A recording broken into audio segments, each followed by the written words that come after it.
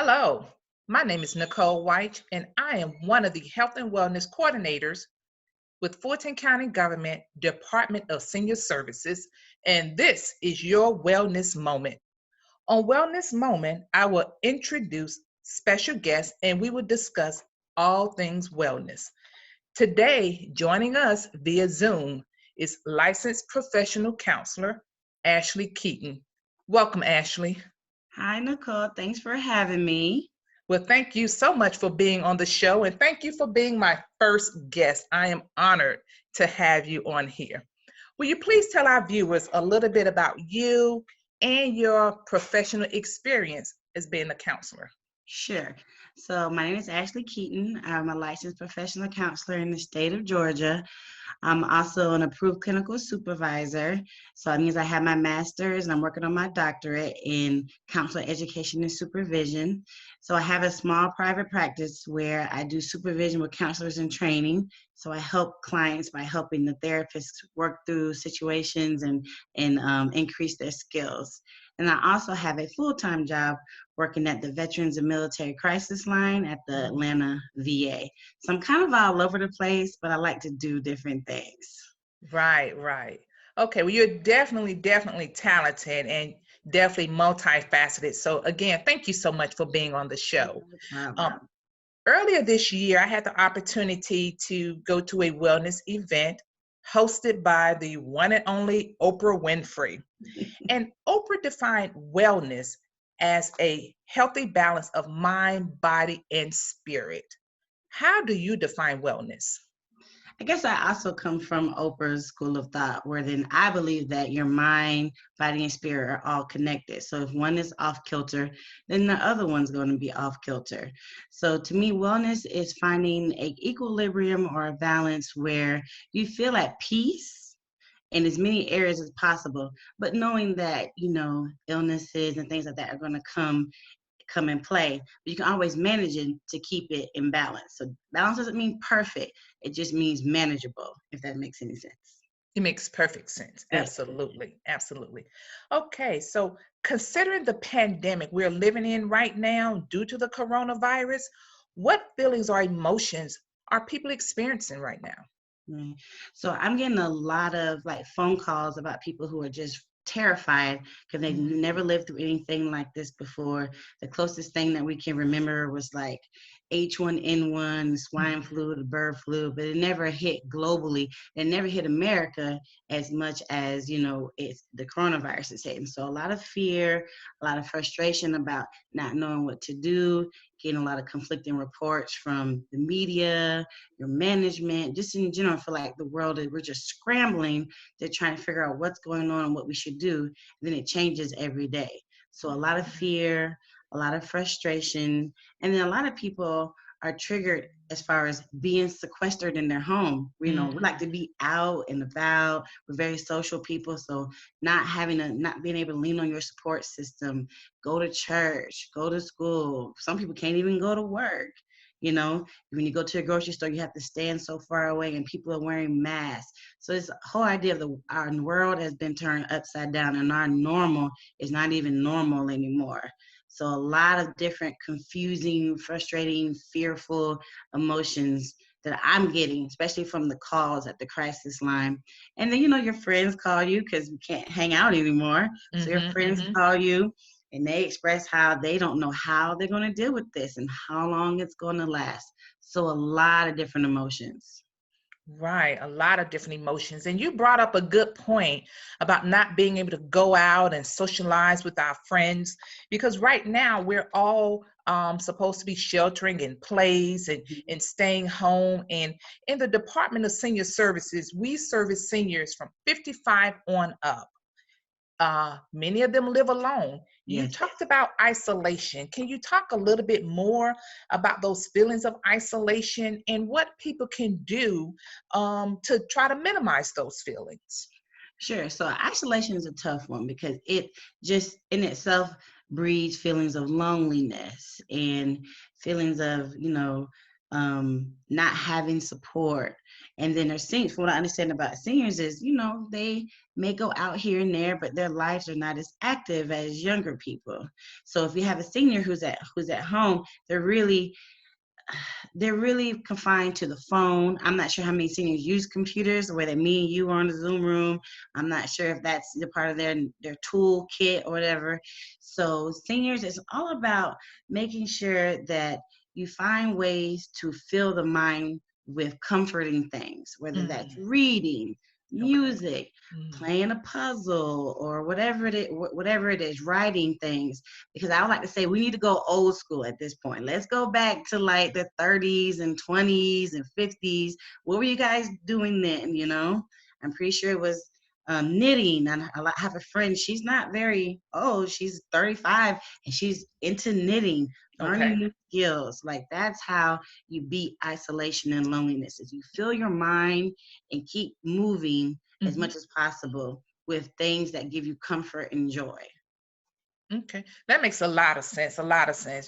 Just like you say, going back to doing things that we may not be doing anymore that we used to enjoy, reading, knitting, word puzzles.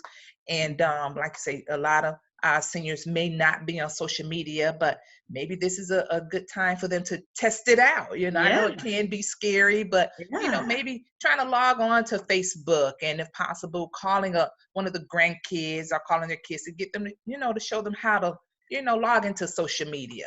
It's not all absolutely. bad.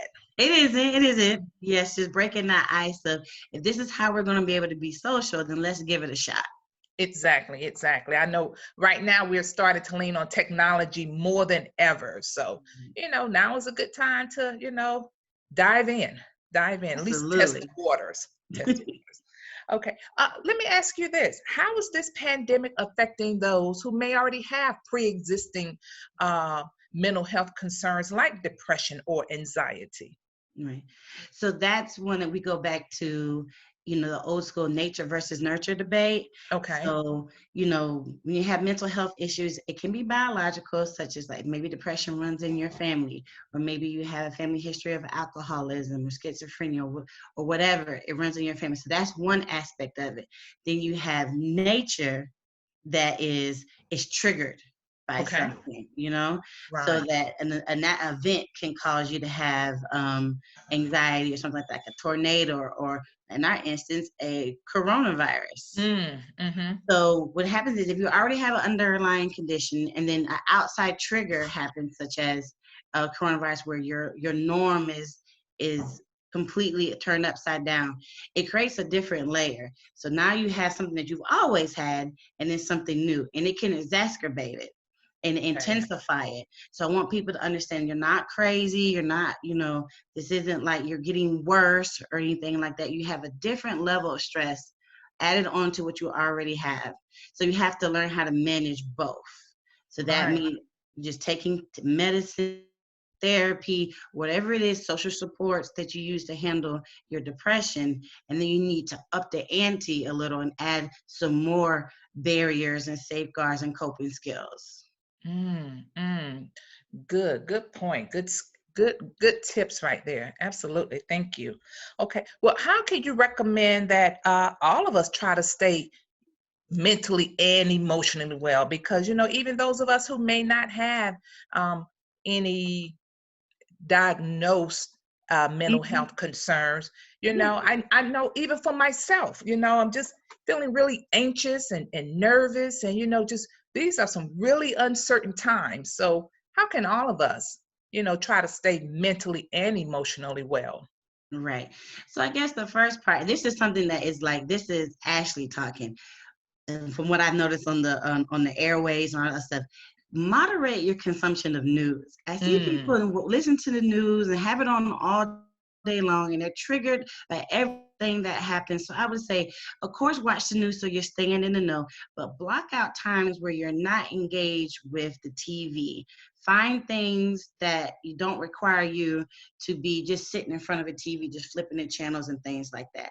Get up and move, whether it's just to go to the mailbox or go outside to the backyard. If you're having an apartment and you can't get out, move from the living room to the kitchen, for a different bedroom. Like, just stay active, because one thing about anxiety and a lot of, triggers and stressors is that they're in the moment. So you can break it by actually moving the mind or moving the body. That goes back to our question before, is how that's all connected. So if you're sitting in front of a TV and you're saying, oh, here's another 25 cases of coronavirus, and then you see watching the counter and it's going round and round and round, get up from the TV, go get a glass of water, go look out the window, do something that makes you break that train of thought. So that is like what I'm seeing the most, is that we're so glued on the TV and want to know what's going on, that we're being overloaded, and that anxiety just ramps up. So once you get away from the TV, I would say go back to doing things that you normally would have done before the outbreak. For example, if you're a morning person and you like to get up and make some coffee, do that now. Don't sleep in.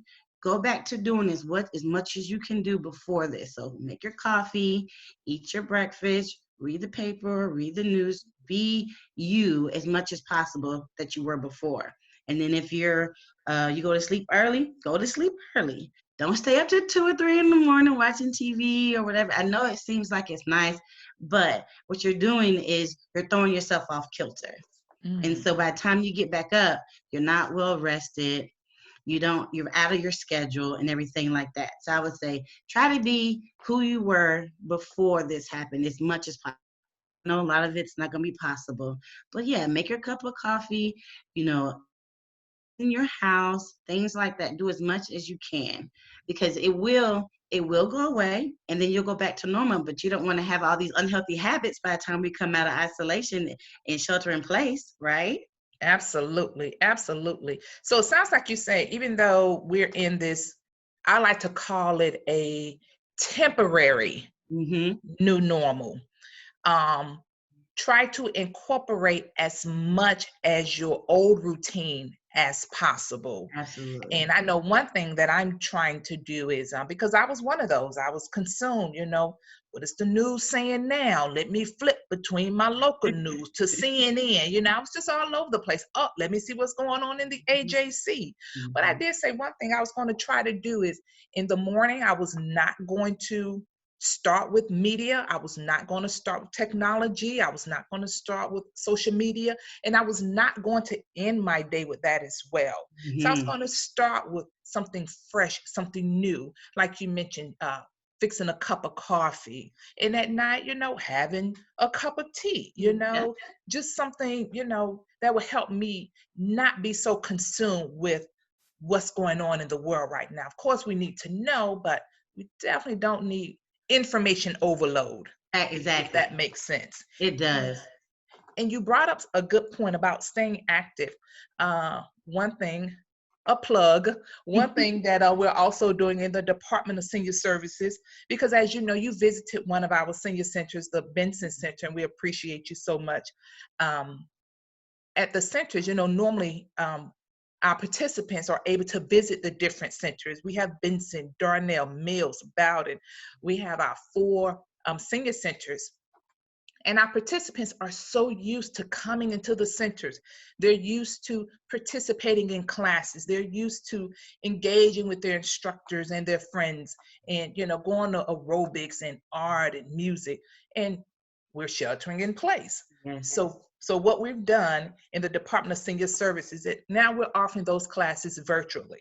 Perfect. Exactly. So now our participants are able to log into Zoom or go on YouTube and participate in classes with their favorite instructors and maybe see some of their friends on Zoom and, still be engaged and, remain and have some sense of normalcy and stay active at the same time. Absolutely. So goes hand in hand with what you just said. So glad to know we're on the right path. Thank you so much for that. Let me ask you this. In your line of work, you mentioned that you work at the VA on the crisis line, I believe. Yes. So I'm pretty sure, well, I know you do, you engage with a lot of callers who are experiencing PTSD, post-traumatic stress disorder. Once this pandemic ends, we're going to have a lot more people who may be experiencing those symptoms, Absolutely. especially some of our frontline workers, our emergency responders, doctors, nurses, firemen, police, EMS. I don't want to say all the way down, but even including our grocery store clerks. You know, the grocery stores are still open. You know, the cashiers are still there. And once this is open, they're going to have to try to, I want to say, deal with those feelings. What is your recommendation for those individuals?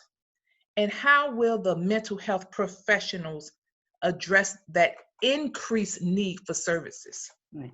So the beautiful thing about PTSD is even though as a society we have equated it to veterans, PTSD is not just for someone who's in the military service. You can have PTSD from having a bad car accident, for surviving a tornado, sexual trauma, all sorts of things. So PTSD comes from any type of adverse event that has changed you in a way that it caused you discomfort, and you flash back to it and you have symptoms caused by a particular event. So coronavirus is definitely qualifies as one of those adverse events that does change your life. And if you've been exposed to it, if you've lost family members because of it, if you know you're a grocery worker, you have to come in contact with people because it's your livelihood, that's an extreme stress, an extreme event that is going to have repercussions that go on down the line.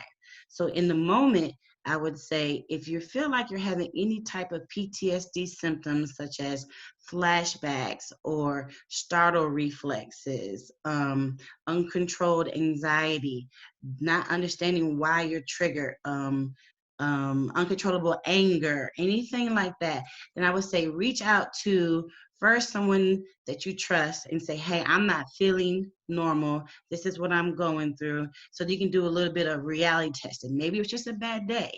But if it's a pattern over time, then I think it would be good to talk to a mental health professional. Because at this point, we're going into something that could possibly, I guess, increase and reverberate through your functioning. For example, I always say if it's bothering you, you need to have a conversation with someone. I always say go to a trusted individual first, because mental health does cost money. So go to your support system first and have an open and honest conversation, because they know you the best. They know that you're not being yourself or things are getting rough. And if they see that, there's something change or difference, I would say definitely reach out to a mental health professional, because we are all prepared. We're trained to treat PTSD whether or not you were in the military or you were a victim of Hurricane Katrina. It's the same but different triggers.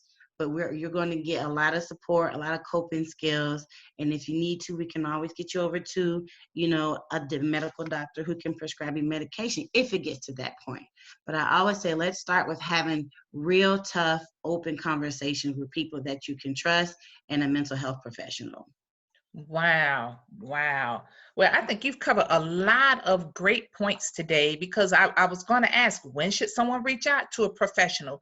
But you just touched on that. But it starts with, and I have to emphasize, you have to be honest and open about the feelings that you are experiencing, and know that it is okay not to be okay. Absolutely. But it's not okay to keep those feelings to yourself and have them bottled up, because the last thing we would want is for someone to react on those feelings inappropriately. Okay. Right. So, like you say, if you're experiencing feelings that, aren't normal for you, like I said, talk to a trusted friend or family member. And by any chance, Ashley, if you don't mind, for those, if we have any veterans who are joining us, would you mind giving the number for the Veterans Crisis Sure. Line? So it's the Veterans and Military Crisis Line. We're open 24/7, including holidays. And the number is 1-800-273-8255. And then you're going to hear a prompt. It says if you're a veteran, you press 1. And then also people who are non-veterans, they can Mhm. also call a number. They just won't press 1. And what will happen is it'll use the location of your phone and transfer you to your local crisis line. So especially for our older individuals who maybe second house don't have access to be able to go shopping and get Mhm. food, another number I want to give you is United Way. Is 211, just like 911. So you pick up your phone and you dial 211, and it's going to get you over to United Way hotline, which has a huge database of resources. So I know one of the things that seniors are having problems with is getting meals to their homes and things like that. So that would be another number that I would call. It's got a huge database of resources and different people who can help, different nonprofits, anything, and they'll be local to you. So maybe me and you may not know where to go, but they do because they'll service that entire area. Absolutely. Great, great. Another plug, Fulton County Department of Senior Services. We're also providing home delivered meal services. So they hopefully our participants were able to get that information. And if they need assistance with that, please just reach out to our star line. Another number that I also want to give for some of our viewers is the number to Fulton County's Department of Behavioral Health. And that number is area code 404-613-3675. Again, that number is 404-613-3675. Well, Ashley, I think we've covered a lot of information. Is there anything else you would like to share with our viewers today? No, just that, just be mindful of how you're feeling and the changes, and just know, like you said, it's expected for you guys not to be okay. It's expected for me and Nicole not to be okay. This is the first Absolutely. time most of us can't remember going through anything like this, and there are trained professionals out here who are willing to help. So if you're willing to reach out to us, we're definitely willing to reach a hand back out. And no judgment here. We're all going through it together. We're all in it together. Well, thank you again so much, Ashley. And one of my goals with Wellness Moment is to inform and inspire. So, like Ashley said, we're in this together. There are people out there willing, ready to help. So, if you have any feelings, any emotions, or you just need to talk, Mhm. please dial one of the numbers that was given to you. Okay. Ashley, thank you so much for joining us. And I hope that you would join us again in the very near Anytime, I'm future. more than I'm more than ready. Anytime. All right. Thank you so much. Thank you all so much for watching. This has been your Wellness Moment. My name is Nicole. Hopefully, we inform and inspire, and I look forward to seeing you next time. Thank you.